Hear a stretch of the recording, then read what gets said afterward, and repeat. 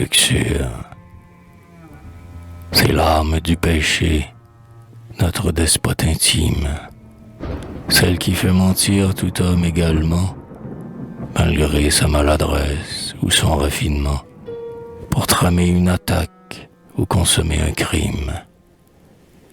Amalgame d'extase et de brutalité, localisée au ventre encore moins qu'à la tête, elle tient la foi de l'ange et de la bête, et n'est jamais à bout de curiosité. Agresse de vertu que l'innocence attire, mystique par les os, les fibres et les nerfs, rêvant la volupté dans ses songes pervers, comme autrefois les saints ont rêvé le martyre, allongeant ses bras nus sans pouvoir rien saisir, mangeant sans appétit, buvant sans ivresse, elle voudrait toujours inventer la caresse et métamorphoser le frisson du plaisir. Elle nous a servi, nous courbe et nous recourbe. À part la conscience, elle prend l'homme entier, et c'est elle qui fait de l'honneur un métier, du cœur un histrion et du langage un fourbe. Hélas, pour nous donner le délice animal, tout notre esprit chétif arque son impuissance, comme si dans ce rien qu'on nomme jouissance, il visait l'inconnu de la mort et du mal. C'est la consolatrice abominable et fausse de tous les affamés de voir et de sentir, et qui voudrait, plutôt que de s'anéantir, mêler le cauchemar au sommeil de la fosse. Comme un sondeur têtu qui passerait ses jours à plonger dans un gouffre indéfiniment vide, ainsi l'acharnement de cette pauvre avide creuse la passion qui s'enfouit toujours. Maniaque des sens, nonne de la matière, devant l'impureté sans cesse à deux genoux, elle offre au mauvais Dieu qui n'est pas mort pour nous son vénéneux soupir en guise de prière.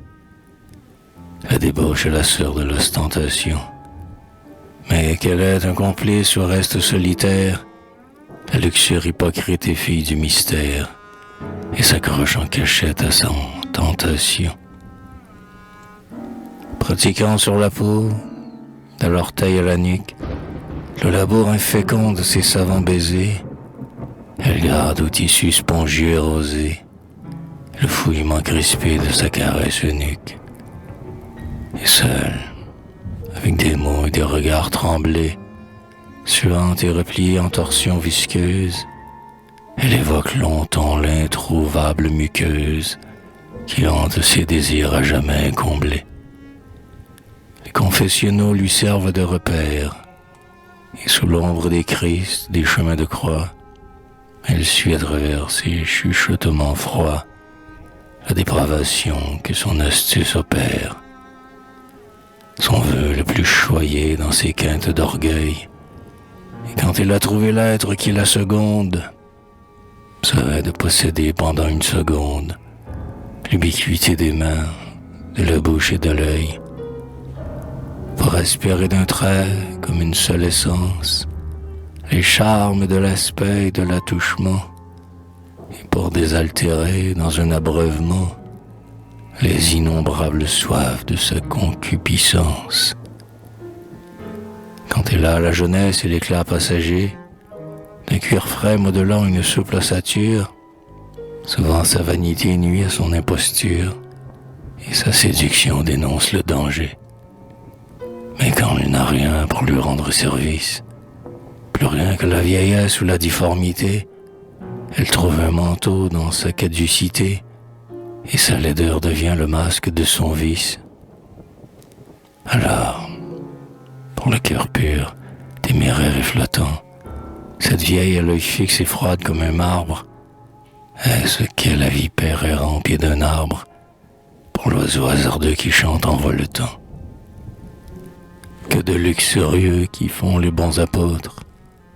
Toute virginité cache un mauvais frisson, et souvent la candeur n'est qu'un rose hameçon devant mieux amorcer la luxure des autres.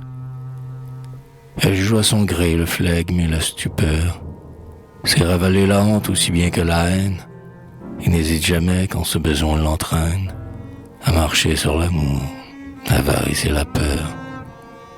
Parfois cette barbare, en ses cruautés vaines, imagine au milieu de l'ombre et du secret un corps adolescent qui se convulserait en pleurant sur les draps les larmes de ses veines.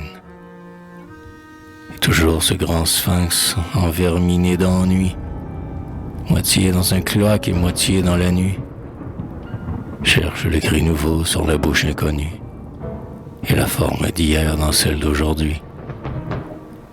Mais sa rage, à la fin, languit dans le marasme, car elle sent venir la torture et la mort à travers le vertige affreux de son remords qui demeure infini dans le néant du spasme.